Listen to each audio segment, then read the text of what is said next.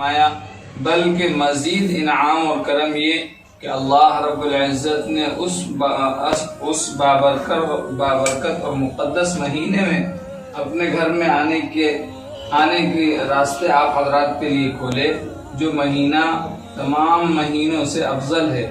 جس مہینے کے روزے اللہ رب العزت نے فرض قرار دیے، جس مہینے کی راتوں کو جاگ کر اور اللہ کے سامنے کھڑے ہو کر قرآن کریم کو سننا اور اس کی تلاوت کرنا، اس کو اللہ رب العزت نے سنت قرار دیا۔ تو اتنا مبارک مہینہ آپ حضرات کو مل رہا ہے حرمین شریف میں جانے کے لیے اور عمرے کے لیے۔ چند گزارشات ہیں، ویسے تو آپ حضرات کے سامنے مکمل سفر اور مکمل سفر کے طور طریق سب آپ حضرات کے سامنے آ چکے ہیں۔ چند باتیں ہمارے ذہن میں ہیں، وہ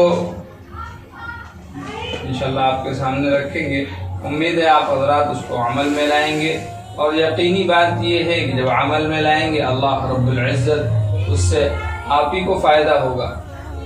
اللہ رب العزت آپ حضرات کو انشاءاللہ توفیق بھی عطا فرمائیں گے۔ سب سے پہلی بات یہ کہ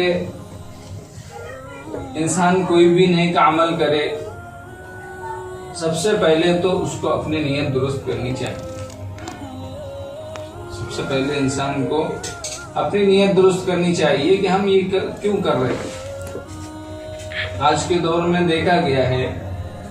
حاجی صاحب خوب اچھی طریقے سے جانتے ہوں گے ماشاءاللہ پرانا ان کا یہ سفر وغیرہ کا یہ جو ترتیب ہے ٹریولز کا، حاجی صاحب خوب جانتے ہوں گے کہ آج سے 10 سال پہلے لوگ اتنا عمرے کے لیے نہیں جاتے تھے، اور نہ اتنے لوگ مطلب حرمین شریف کی زیارت کے لیے اور دیگر ممالک سے یا اپنے ملک ہندوستان سے جاتے تھے جتنے اب جاتے ہیں، اتنا پہلے نہیں تھا۔ اب ایک مزاج یہ بھی بن گیا ہے کہ بھائی چلو کہیں ٹہلنے جانا ہے تو چلو عمرے پہ، ایسا بھی ہوا ہے، چلو 15 دن کا ٹور بنائیں گے، کہیں ٹہلنے جائیں گے، اتنا خرچ آئے گا، اتنے میں تو عمرہ بھی کر لیں گے، چلو عمرے پہ۔ وہ ایک پکنک اور شوق کے طور پر بھی لوگ جانے لگے۔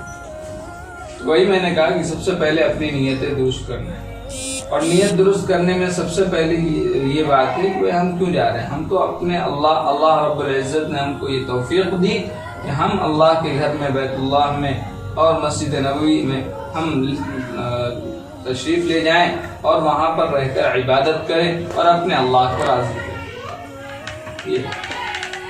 ہم جو جا رہے ہیں ہم اپنے اللہ کو راضی کرنے کے لیے جا رہے ہیں، اور یہ ہمارا یہ سفر جو حرمین شریفین کا جو سفر ہو رہا ہے، یہ سفر ہمارے لیے ہماری زندگی کی تبدیلی کا ذریعہ بنے۔ یہ سفر ہمارا ایسا گزرے کہ ہم مکمل طور پر، سب سے پہلی بات تو انسان کو یہ چاہیے کہ یہاں سے ہی پاکیزہ ہو کر جائے، یعنی اپنے گناہوں کو معاف کرا کر جائے، اللہ کے گھر میں اس حال میں پہنچے، بیت اللہ میں مسجد حرم میں اس حال میں پہنچے کہ یہ گناہوں سے بالکل ہی پاک ہو، کوئی گناہ اس پر نہ ہو، کسی کا حق اس پر نہ ہو، حقوق العباد کی لائن سے کوئی گناہ نہ ہو، کسی کا ایسا بھی نہ ہو کہ حقوق العباد کا مطلب یہ ہوا کہ ہم کسی کا حق دبائے اور پہنچے جا رہے اللہ کے گھر میں، یہ بھی نہ ہو۔ اگر ہمارا کسی پر حق ہے، ہم نے کسی کا حق مار رکھا ہے، یا ہم نے کسی کے حق تلفی کی ہے، یا کسی پر ظلم کیا ہے، تو جو بھی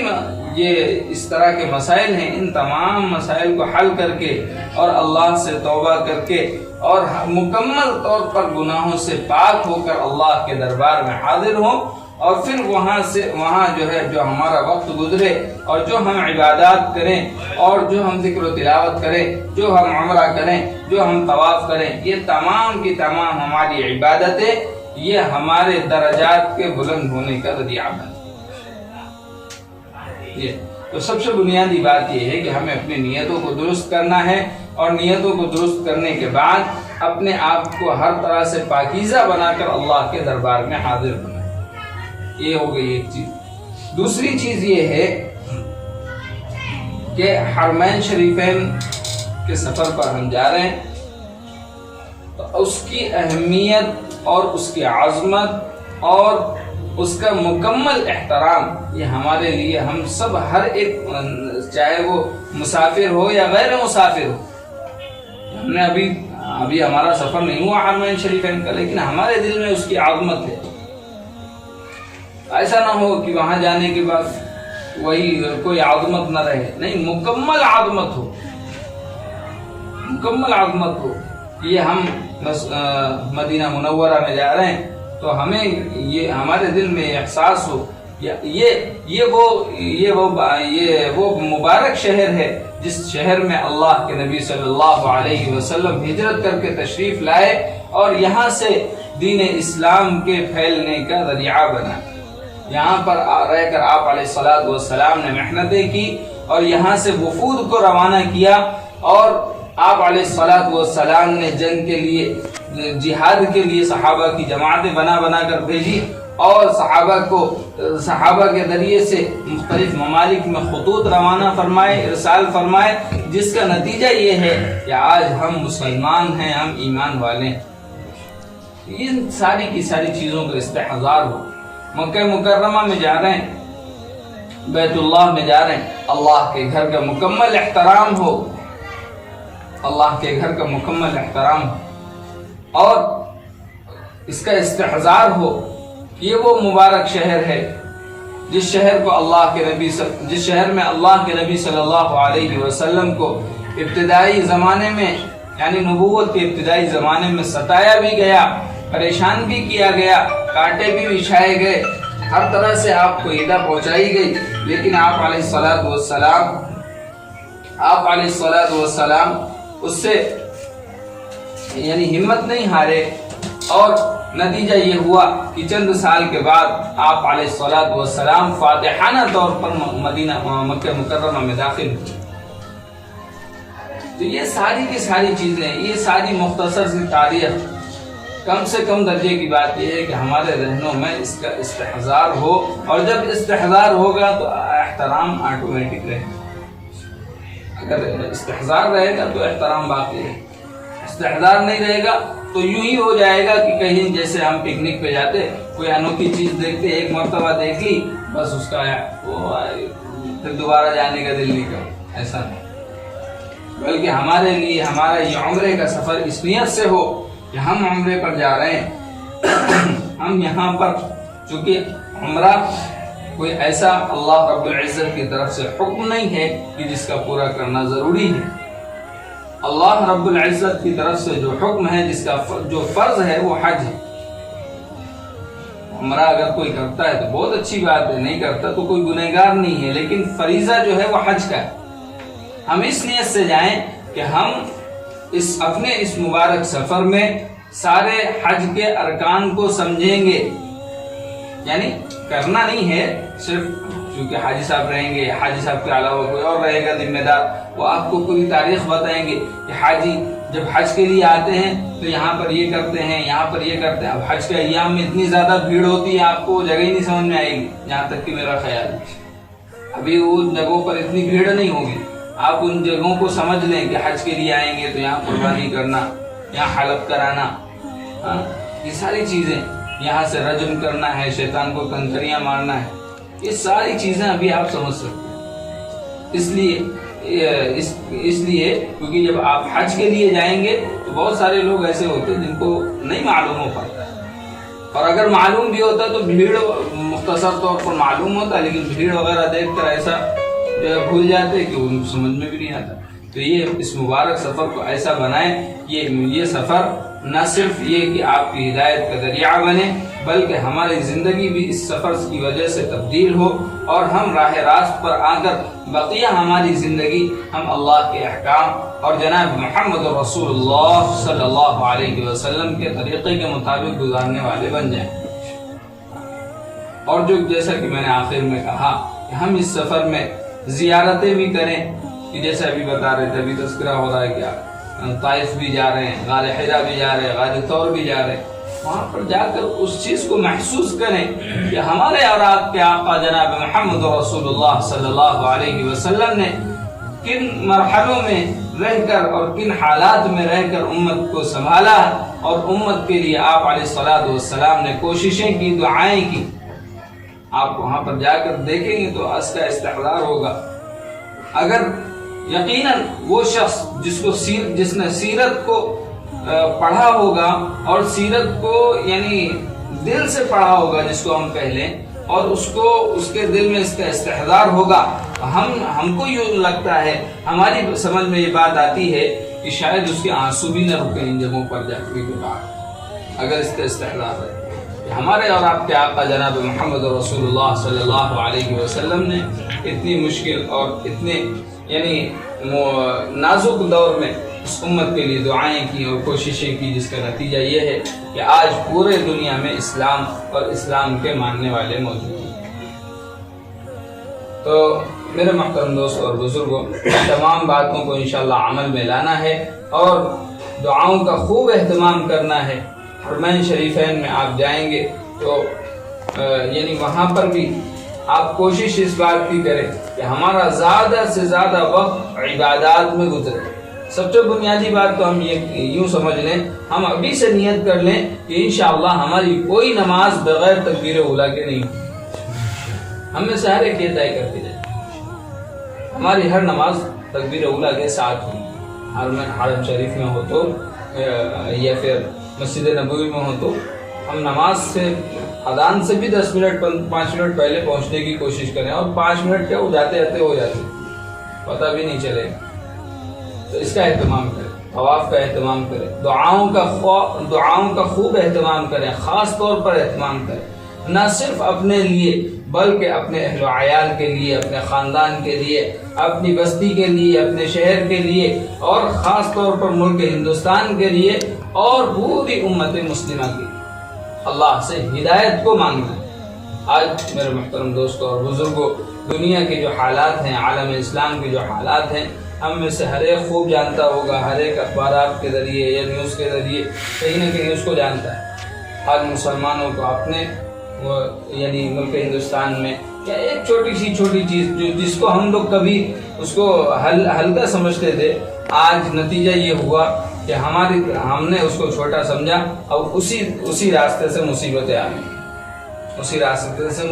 گئی، اور یہ ساری کی ساری دور تبھی ہوں گی جب ہم اپنے اندر بیداری پیدا کریں گے اور اللہ رب العزت سے دعا کریں۔ اس کے علاوہ اور کوئی تیسرا راستہ نہیں۔ تو ان ساری باتوں کو انشاءاللہ عمل میں لائیں گے تو یہ سفر بھی آپ کا مبارک سفر بنے گا، اور انشاءاللہ یہ سفر زندگی کی تبدیلی کا ذریعہ بنے گا۔ اللہ رب العزت ہم تمام کو ان تمام باتوں پر عمل کرتے ہوئے اس سفر کو پورا کرنے اور مکمل کرنے کی توفیق عطا فرمائے۔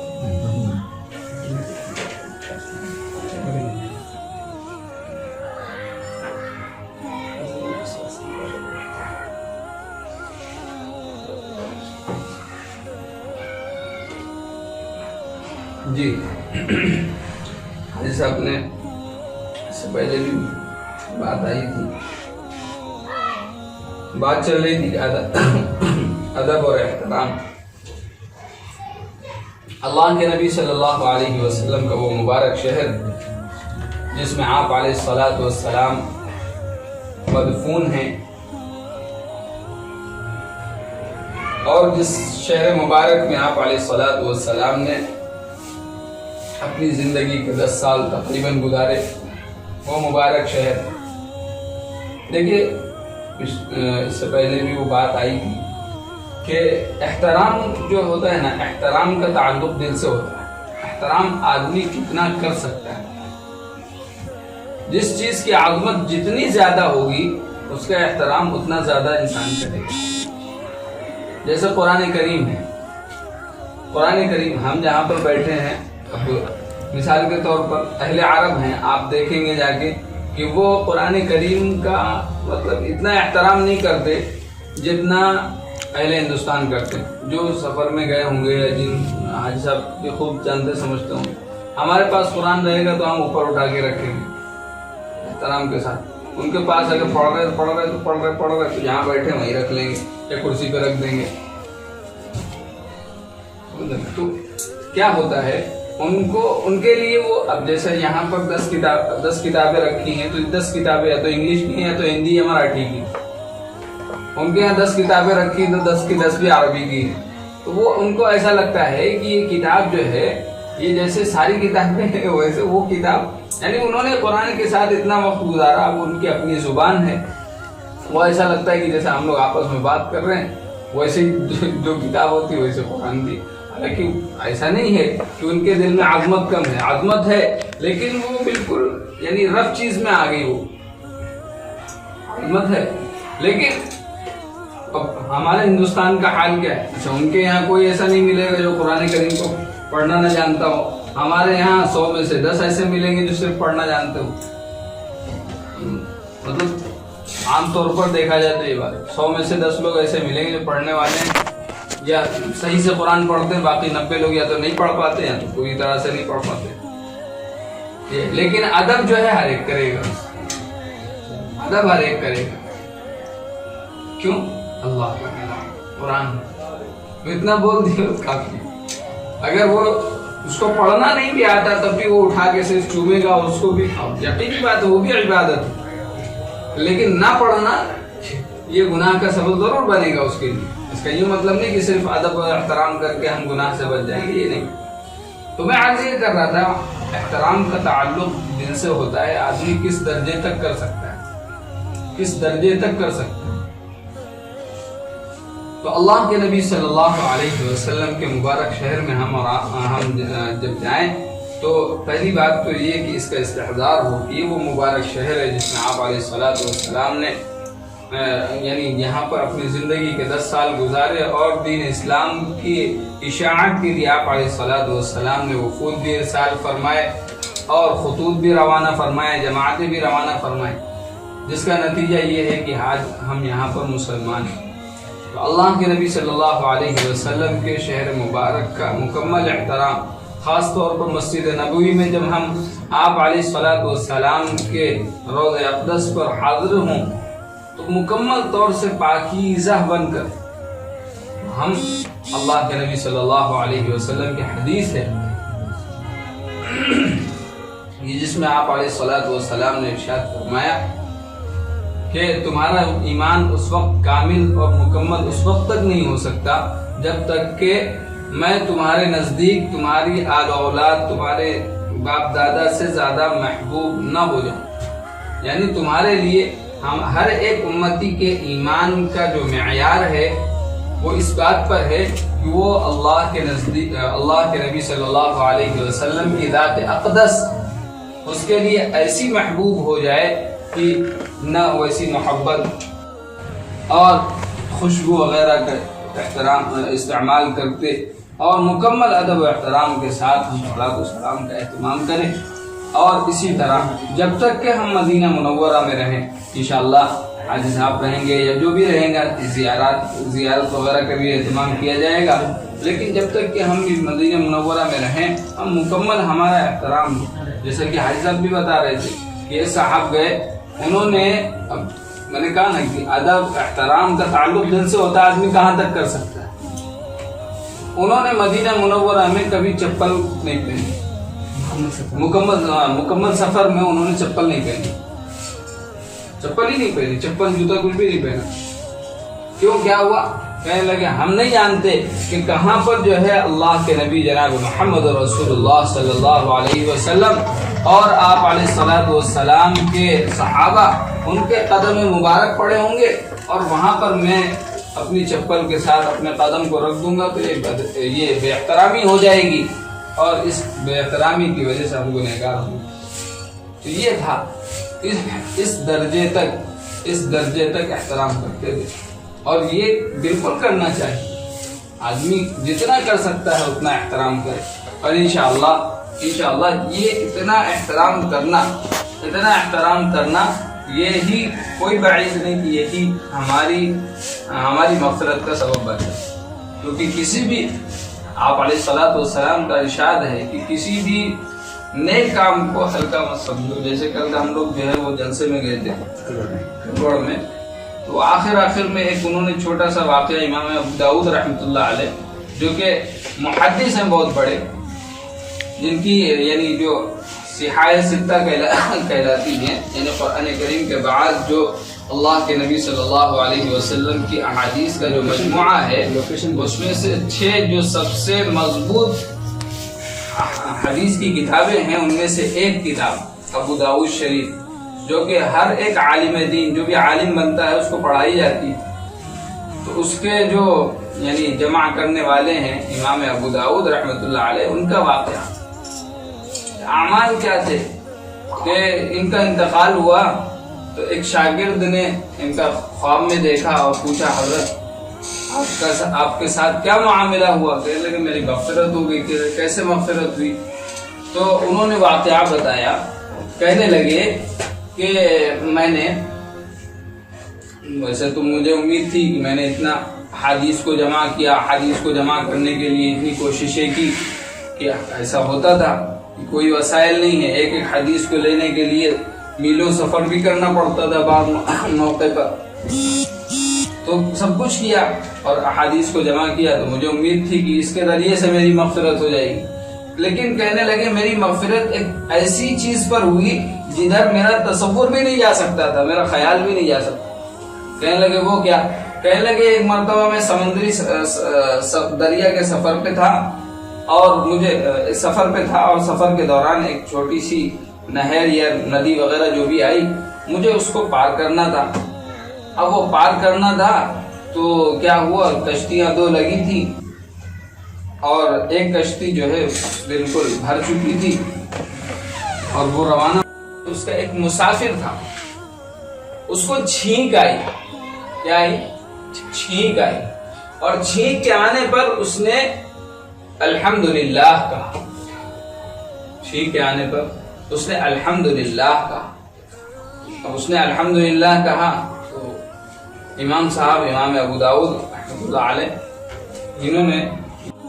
انہوں نے کہا کہ تمہاری کشتی کے جتنی سواری کا جتنا بھی یعنی قیمت ہوتی ہے اس کی مکمل قیمت میں ادا کروں گا، تم کشتی چلاؤ اور تیز چلاؤ، اتنی تیز چلاؤ کہ اس کشتی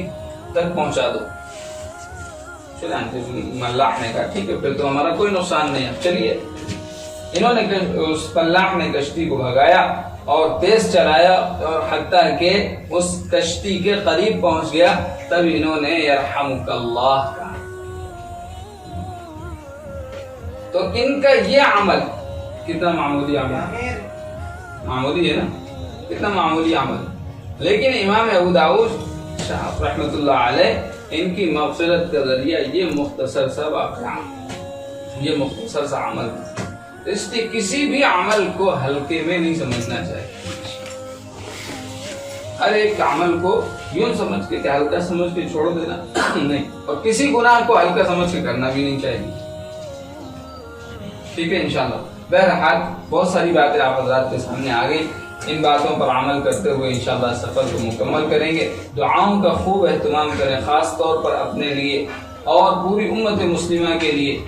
حاجی صاحب بھی ہیں، حاجی صاحب کے لیے دعا، ہمارے لیے کہ ہمارا بھی اس طرح کا سفر ہو، حج کا سفر اللہ رب العزت کرا دے، اور اسی طرح دیگر تمام مسائل کو اللہ سے مانگیں، اللہ سے اپنے مسائل کو حل کریں۔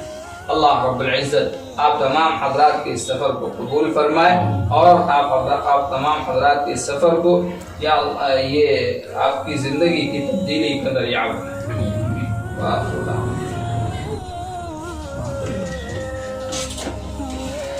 بسم اللہ الرحمن الرحیم، اللہم لک الحمد کلہ ولک الشکر۔ آپ حضرات کے لیے یا عمرہ کے لیے آنے والے اور مسافرین کے لیے آسانی ہی کا تو معاملہ ہے، اور دوسری بات یہ ہے کہ جو والے ہیں اور نیچے سے طواف کرتے ہیں، تو یہ بات تو یقینی بات ہے کہ یہ دھوکہ دینا ہے، اور یہ دھوکہ یعنی کتنی عجیب بات ہو گئی، کتنی عجیب بات ہو گئی. یعنی اللہ کے گھر میں بیت اللہ شریف میں یہ دھوکہ ہم حکومت کو دے رہے ہیں. حاجی صاحب کو کہہ رہے ہیں کہ حکومت کو دھوکہ دینا. اللہ کے گھر میں بیت اللہ شریف میں تم جو ہے ایسی حرکت کر رہے تو یہ حکومت کو کیا دھوکہ دو گے؟ تمہارا یہ عمل قابل قبول ہوگا پہلی بات، وہ بھی نفلی عمل. تو اس لیے میرے محترم دوستوں بزرگوں، جو حکومت کی طرف سے ظاہر سی بات ہے کہیں خدا نہ خواستہ اگر آپ کو، کیونکہ قوانین سخت ہیں وہاں کے، خدا نہ خواستہ اگر آپ کو جو ہے پکڑ لیا گیا یا کوئی مسئلہ ہو گیا تو آپ تو پریشان، آپ کے ذریعے آپ کی وجہ سے آپ کے جو عیال پریشان، گھر والے پریشان، اوپر سے جو سفر کا ذمہ دار ہوگا وہ الگ پریشان. تو اس لیے میرے دوستوں بزرگوں اس طرح کی کوئی حرکت نہ کریں. جو حکومت نے گائیڈ لائنس دی ہیں یہی بہت بڑی بات ہے. ورنہ آپ حضرات نے خوب دیکھا وہ جس طرح کی بھی حالات رہے، حالات تو اتنے دن نہیں رہے، سخت لاک ڈاؤن میں ہم لوگ صرف 2-4 مہینے ہی رہے، بعد میں دھیرے دھیرے کھلتا گیا. لیکن آپ غور کریں کہ حرم شریف کب کھلا ہے، ہمارے لیے راستے کب کھلے وہ دیکھو نا. تو اس کو جو ہے غنیمت جان کر حکومت جس طرح سے کہہ دے اس طریقے سے کر لے. ہم کرتے رہیں گے، آئندہ اللہ رب العزت اور راستے کھول کریں گے انشاءاللہ. اللہ رب العزت اس طرح کی حرکت سے شام